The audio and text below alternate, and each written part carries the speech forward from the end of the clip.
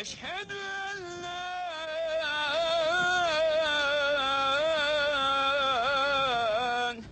ilahe illallah.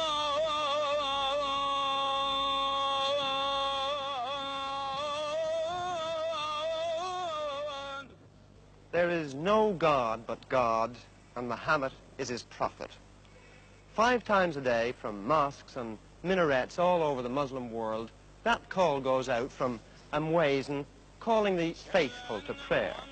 And a good Muslim will answer these calls because it's an essential part of his religion, a demanding religion which is spread from the Middle East to Europe, to Africa, to Asia, even to America.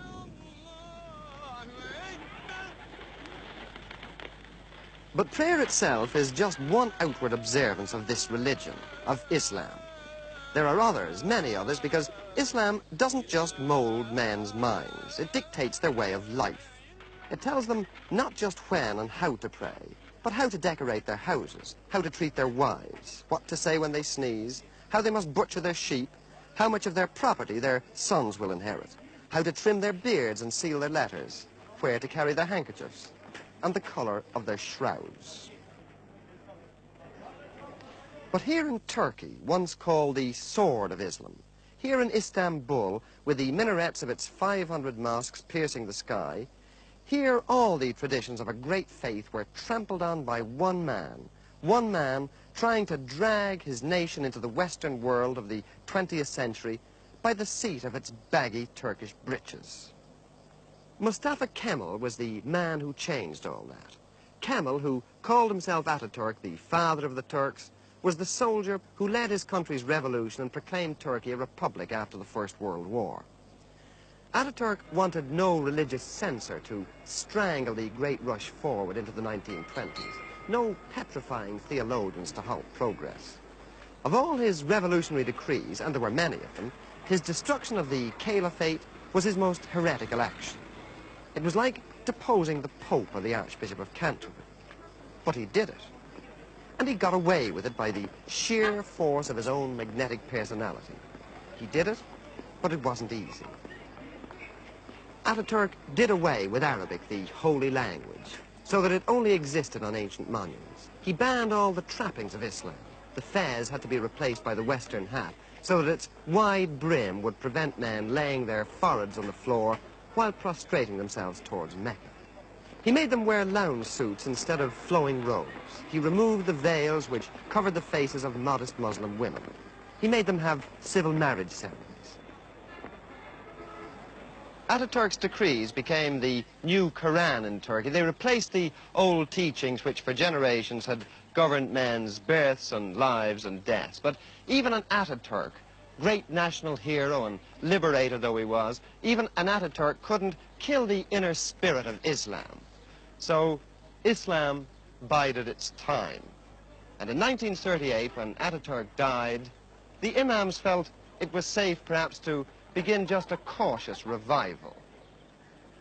Quiet backsliding to the ways of the faith continued until 1950, when Adnan Menderes was elected Prime Minister and was forced to make good electoral promises made to the peasants who wanted more faith and less freedom.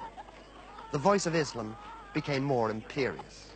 The Menderes Democratic Party bowed to the Orthodox. For the first time since Kemal's revolution, mosques were built again with public money.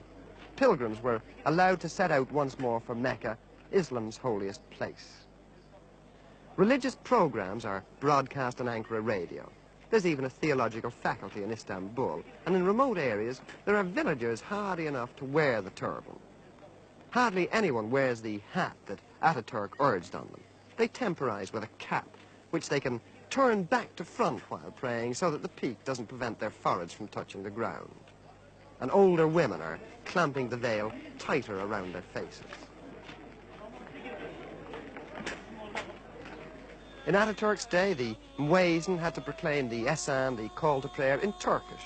Now, once again, he sings it out in Arabic, the language of the Prophet.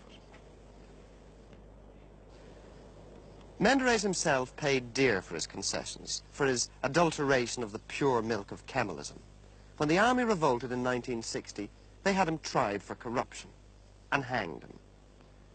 In October this year, Turkey will have another general election, and the Justice Party, the heirs to the Menderes doctrine, are heavily backed to win it. There's certainly a revival of Islam in Turkey today, and some of these mosques have congregations which many a Church of England clergyman might well envy.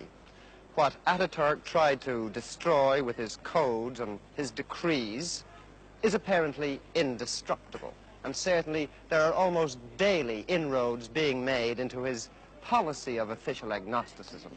But it remains to be seen whether a new government in a westward-looking Turkey will be prepared to allow the ancient faith to regain the power that it once had.